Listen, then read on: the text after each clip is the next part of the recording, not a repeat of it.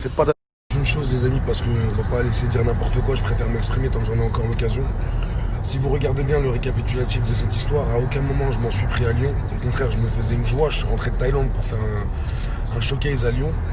Il a été fait en sorte qu'il soit annulé par un espèce de fauteur de trouble qui a mis la pression sur l'organisation de la boîte qui s'appelle Dilox.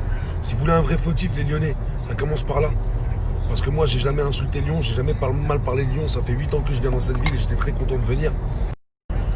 Et au bout d'un moment, Bassem il s'est mêlé des choses. Et comme d'habitude, il sait pas s'arrêter.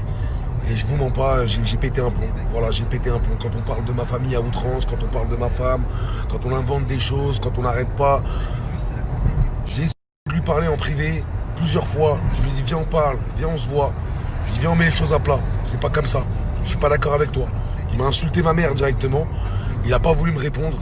Il m'a dit que j'étais un suceur, que j'étais une merde. Et vous connaissez Bassem. Et Bassem m'a fait péter un plomb. J'en ai eu marre au bout d'un moment d'être la risée des réseaux sociaux. Et j'ai agi et c'est une grosse erreur. Mais je reviens sur un point.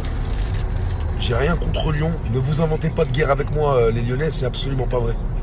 Et arrêtez de faire engrainer, c'est ce qui a fait qu'on en est là aujourd'hui. Et autre chose, s'il vous plaît, ne faites pas comme si je m'étais levé un matin et que je m'en étais pris à Bassem pour rien.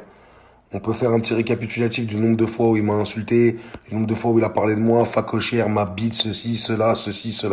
Faites aussi le récapitulatif du nombre de fois où il a tendu des guet-apens à des gens, où il tape des handicapés, où il fait des fausses cagnottes litchi qui s'approprient l'argent pour lui, et j'en passe et des meilleurs.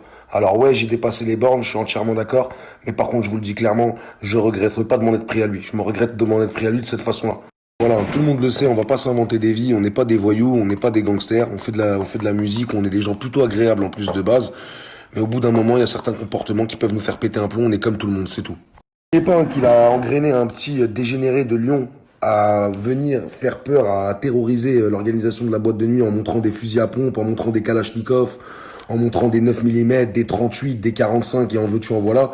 Tout ça pour moi, au bout d'un moment, vous pensez que j'allais venir comment en fait? Vous pensez que j'allais venir en trottinette et tout seul? Je me protège, c'est normal. Je suis venu en bas de chez lui, à 500 km de chez moi et on était 4. À la base, on ne voulait pas que ça dégénère comme ça. Après, dans le feu de l'action, on contrôle pas tout. Et encore une fois, je vous l'ai dit, je suis pas un voyou, je suis un artiste. Ah, j'ai pas besoin de vous dire, c'est pour ceux qui veulent voir si j'ai fait des ventes, des vues, je pense que c'est assez visible quand même. Et j'ai pas besoin de venir faire des choses comme ça. Je suis comme tout le monde, j'ai des sentiments. Quand on touche à ma famille, quand on touche à ma femme, quand on me fait du mal comme ça, au bout d'un moment, eh ben, ça tape. Quand on tape toujours au même endroit, et surtout sur un truc de tu ne vas pas répondre, tu vas pas répondre, viens en bas de chez nous, et en menaçant en privé, en envoyant des armes, en envoyant des vidéos, en nous faisant comprendre que la mafia, que c'est la guerre, que ça va être très très dur. Comment vous voulez que je vienne le voir? Sans parler de ma mère, hein, parce que vous croyez que nos parents n'ont pas les réseaux sociaux, ou qu'ils ne voient pas, ou qu'il n'y a pas des gens qui leur répètent de la famille ou quoi. Évidemment que ça crée du trouble à la maison. Donc au bout d'un moment, on est tous comme des petites casseroles, on a de petits degrés d'eau, et puis quand ça déborde, ça déborde. Et quand ça déborde, malheureusement, ça déborde pour de vrai. Maintenant, ça serait une belle leçon pour tout le monde, comme quoi il faut se contenir. D'une, dans les réponses, comme moi je l'ai fait, et de deux aussi dans les questions, dans les paroles aussi. Il faut fermer un peu sa gueule, ça ferait du bien à tout le monde.